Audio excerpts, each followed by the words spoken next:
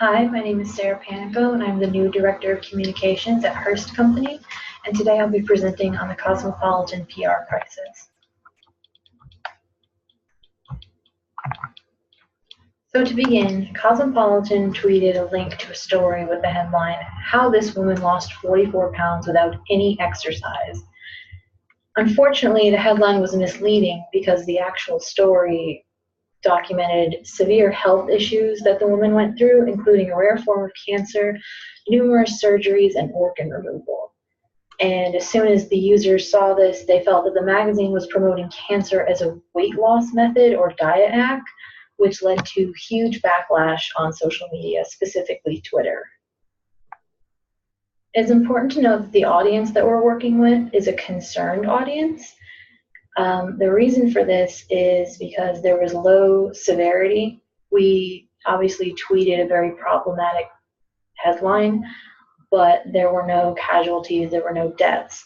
So the severity of the problem is low, but the responsibility is high because obviously it came from our account. So there's not really a way to pass the blame or deny it. So we'll be working with a concerned audience. The strategies for fixing this problem are mortification, corrective action, and bolstering. So to begin, the letter begins with, "Dear valued Cosmopolitan readers, on behalf of myself and everyone at Cosmo, I would like to offer my sincerest apologies to you for the incredibly insensitive and tasteless article featured in our online publication.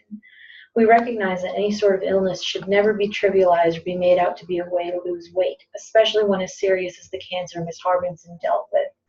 Uploading the article with such a careless title showed a serious lack of forethought on our part, something that we will not let happen in the future. This first paragraph focuses mainly on mortification and apologizing. The important points are referring to the readers as valued because it shows that we care about them and it sets us apart from the generic dear customers or dear readers that other companies may use in their apology letters. We also use the personal I and we, adding a more personal touch to the letter itself rather than being very cold and corporate. And finally, mortification, recognizing that we made a mistake and that we're working to resolve it, improves our credibility and our trustworthiness to our audience. The second paragraph of the letter is our corrective action. It states that we are pairing journalists with a colleague to review their work before it's published. We're appointing additional editors to review pieces that are written, and that we are having all of our employees go over the Society of Professional Journalists Code of Ethics, which also has the link included so that people reading this apology letter can go and look at what the ethics code is. The bulleted list makes this very easy to read. There's no having to search through a giant paragraph. The additional barriers before release shows the readers that we're taking the problem seriously and are making changes to keep it from happening again. And the ethics review is a simple way to display professionalism and transparency. The last paragraph reads, "Providing our readers with quality content pertaining to women's health, popular culture, fashion, beauty, and entertainment has always been our goal. We are committed to upholding the standards set by Helen Gurley Brown, our editor of 32 years who, starting in 1965, transformed Cosmo into the woman-positive publication that it is today.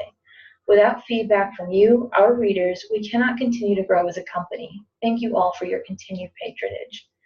Focus here is bolstering. By stating our goal, it works as a minimization and bolstering of the magazine tactic. We mention our editor, which furthers our credibility and shows the readers that we've been around for a while and that we have standards that we stick to.